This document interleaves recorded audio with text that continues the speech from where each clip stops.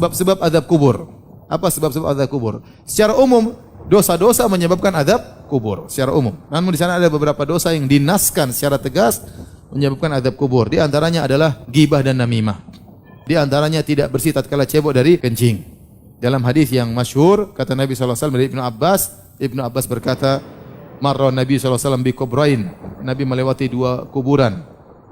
Nabi berkata, "Innahuma la yu'adzabani." Sungguhnya penghuni dua kuburan ini sedang diazab. Wa ma yu'adzabani fi kabirin, dan dua-dua ini sedang diazab bukan pada perkara yang besar. Artinya mudah mereka tinggalkan. Apa susahnya cebok dengan bersih? Kan mudah, tapi dia buru-buru sehingga dia tidak pernah bersih.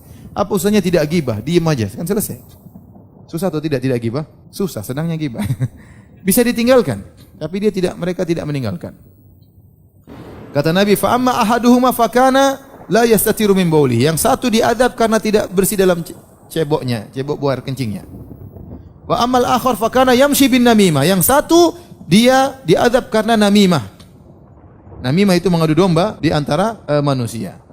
Al-Imam Al-Bukhari rahimahullahu taala membawakan hadis ini tentang orang diadab karena namimah dalam bab tentang adab kubur karena ghibah. Ya. Mereka Imam Bukhari memasukkan ghibah dalam sebab adab kubur. Kenapa?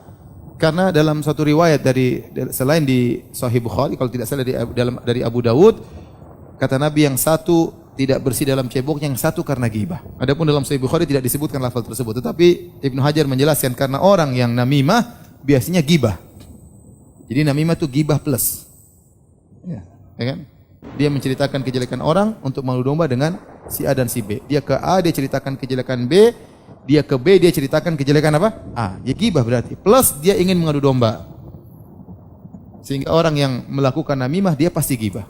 Dia pasti ghibah. Oleh karena di antara perkara yang membuat orang bisa diazab dalam kubur adalah tidak bersih tatkala cebok dari kencingnya, yang kedua karena ghibah, yang ketiga karena namimah, dan yang keempat di antaranya karena sombong tadi. Hadis Abu Hurairah, seorang berjalan bangga dengan rambutnya yang indah, dengan pakaian yang indah, kemudian ditenggelamkan dalam tanah sampai hari kiamat. Makanya hati-hati, jangan sombong.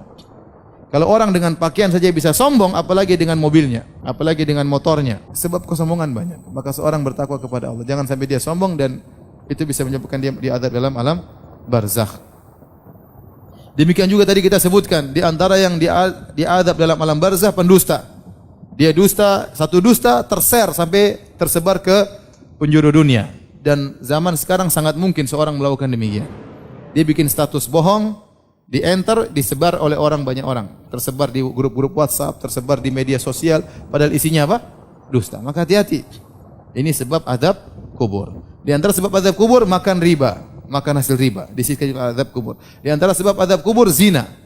Orang berzina disebutkan Rasulullah melihat mereka sedang diadab dalam sebuah tanur, tungku yang bagian atasnya kecil, bagian bawahnya besar, kemudian dinyalakan api dari bawah. Mereka diazab dalam tungku sebelum hari kiamat kelak. Di antaranya seorang diajarkan Al-Quran, namun dia tidak memurojaahnya di malam hari, dan di siang hari dia tidak mengamalkannya. Ini juga di antara dia diazab dalam alam barzakh.